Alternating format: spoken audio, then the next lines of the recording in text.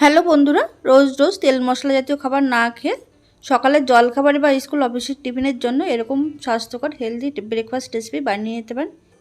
খেতে ভীষণ ভালো হয় আর কিন্তু একদম কম সময়ে এটা তৈরি হয়ে যায়।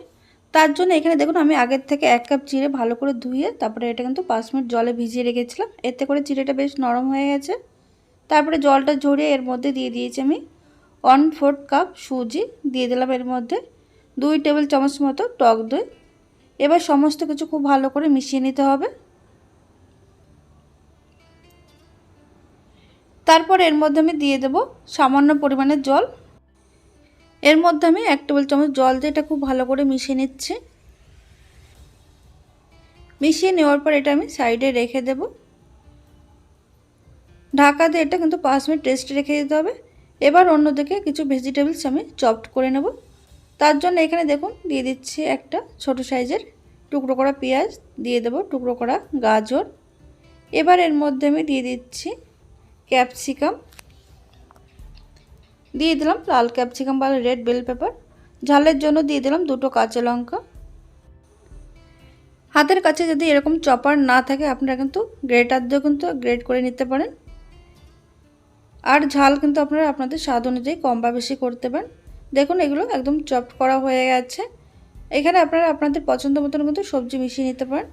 আর এদিকে দেখুন 5 মিনিট পর আমি ঢাকনাটা সরিয়ে নিচ্ছি।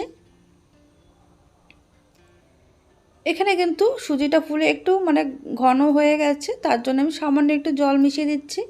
মিশিয়ে দিয়ে এবার খুব ভালো করে মিশিয়ে নেব।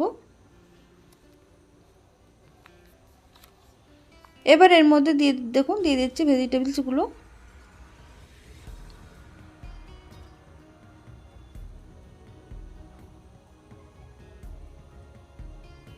চামচ দিয়ে মিশিয়ে নেওয়ার পর এবার এর মধ্যে দিয়ে দেবো আমি বাকি উপকরণগুলো। দিয়ে দিচ্ছি সামান্য পরিমাণে ধনেপাতা কুচি, দিয়ে দেবো এর মধ্যে স্বাদ মতো নুন,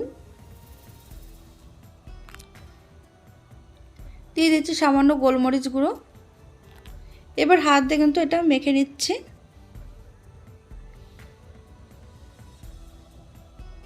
হাত দিয়ে মেখে নেওয়ার পর এবার দেখুন এর মধ্যে দিয়ে দিচ্ছি একটা তড়কা প্যানের মধ্যে আমি 1 চামচ তেল গরম করে তার মধ্যে হাফ চামচ মতো কালো সর্ষে আর বেশ কয়েকটা কারি পাতা একটু ভাজা ভাজা করে নিচ্ছি। এবার এই তড়কাটা এর মধ্যে দিয়ে দেবো, এর জন্য কিন্তু এই টেস্টটা ভীষণ ভালো হবে।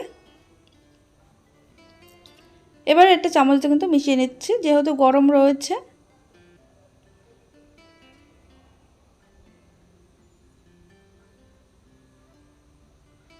দেখুন এরকম শুকনো শুকনো, কিন্তু এটা কিন্তু বেশি নরম করা যাবে না, এরকম শুকনো শুকনো করে মেখে নিতে হবে। আর দেখুন এরকম গোল গোল বল তৈরি করে নিচ্ছি আমি। আর এদিকে একটা আপ্পাম প্যানের মধ্যে আমি 1 চামচ তেল দিয়ে প্রত্যেকটা প্যানে এরকম তেল ব্রাশ করে নেব। এটা কিন্তু 1 চামচ তেলে কিন্তু এটা তৈরি হয়ে যায় আর খেতে অসম্ভব ভালো হয়। তেলটা ভালোভাবে গরম হয়ে যাওয়ার পর গ্যাসের আঁচ লোতে রেখে এই বলগুলো আমি দিয়ে দিচ্ছি।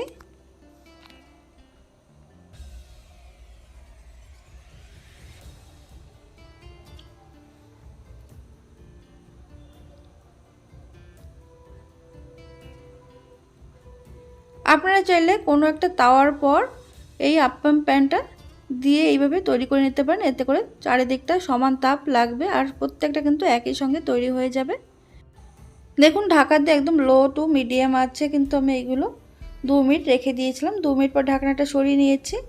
আর যেহেতু গ্যাসে আর মাঝখানের এদিকটা একটু তাপটা বেশি লাগে বলে মাঝখানেরগুলো কিন্তু এক সাইডটা হয়ে গেছে। এবার এটাকে উল্টে দিয়েছি। আবারও ঢাকা দিয়ে কিন্তু 2 থেকে 3 মিনিট অপেক্ষা করব।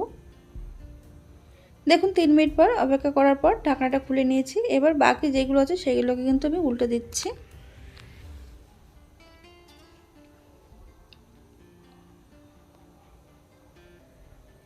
এইভাবে উল্টে পাল্টে একটু সময় নিয়ে কিন্তু এটা ভেজে নিতে হবে, এইভাবে একদম কম তেলে।